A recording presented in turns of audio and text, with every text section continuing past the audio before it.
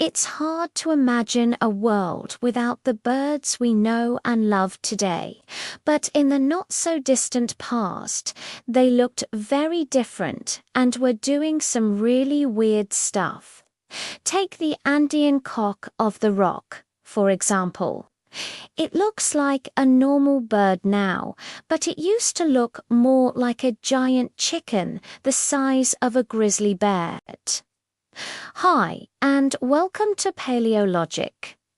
Today, we're talking about the weird ancestors of the Andean cock of the rock. So let's get into it. The story of the Andean cock of the rock, or Galapavo, goes back about 2 million years to the Pliocene, epoch when it first appeared in the fossil record. It lived in South America, where its ancestors had flown over from North America via the Isthmus of Panama, which had just formed.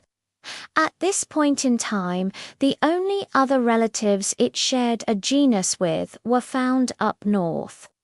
These birds were called poxi, which means peacock in Spanish. And despite their name, they weren't actually closely related to peacocks. Instead, they were part of a larger group called the Crassidae, which also includes the now extinct elephant bird. Yeah, that's right, the ancient relatives of turkeys and the giant flightless bird that couldn't even fly. But back to the ancestral cock of the rock.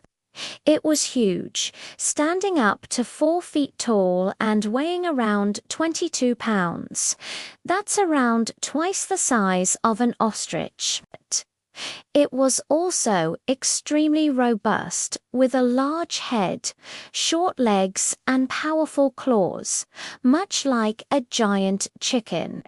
Its beak was also massive, perfect for crushing hard-shelled foods, and although it couldn't fly, it was still sporting a full set of wings, which would have been useful for display or for gliding between trees. Its main predators at this time were the ancestors of condors and the short-faced bear, which lived throughout South America during the late Pliocene.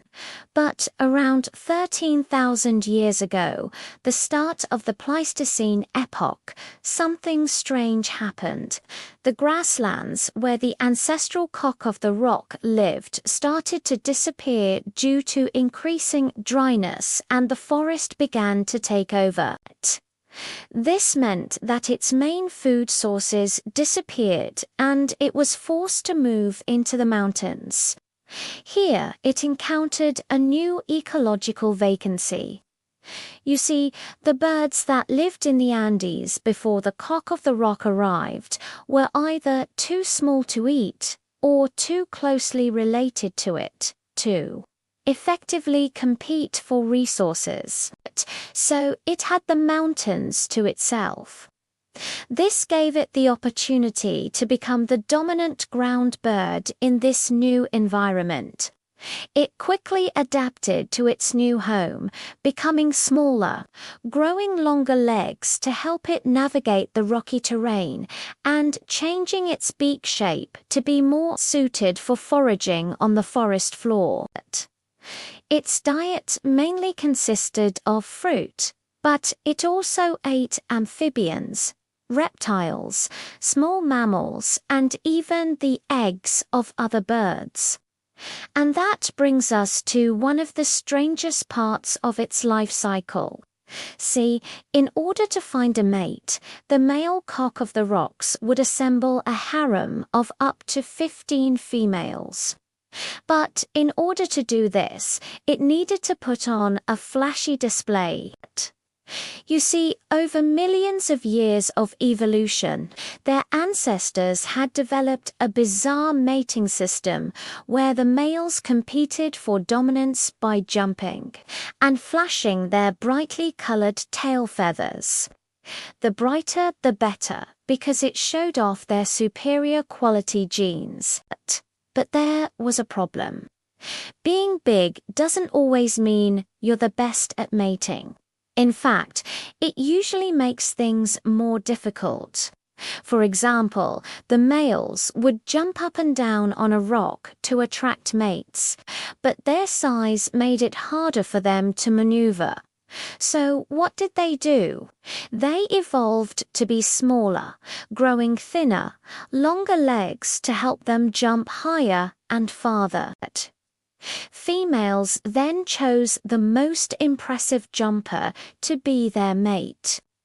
So thanks to these flashy displays, we ended up with the relatively small, colorful bird we know and love today. And although it may seem strange to us, remember that it's only weird because we're comparing it to the birds we know today. If we went back in time long enough, we wouldn't think it was strange at all. Because just like everything else, it would seem completely normal. Thanks for coming along on this journey through time. If you liked this episode, make sure to subscribe and leave a like. And if you want to learn more about weird ancestral birds, stay tuned for more information. Thanks for watching. See ya.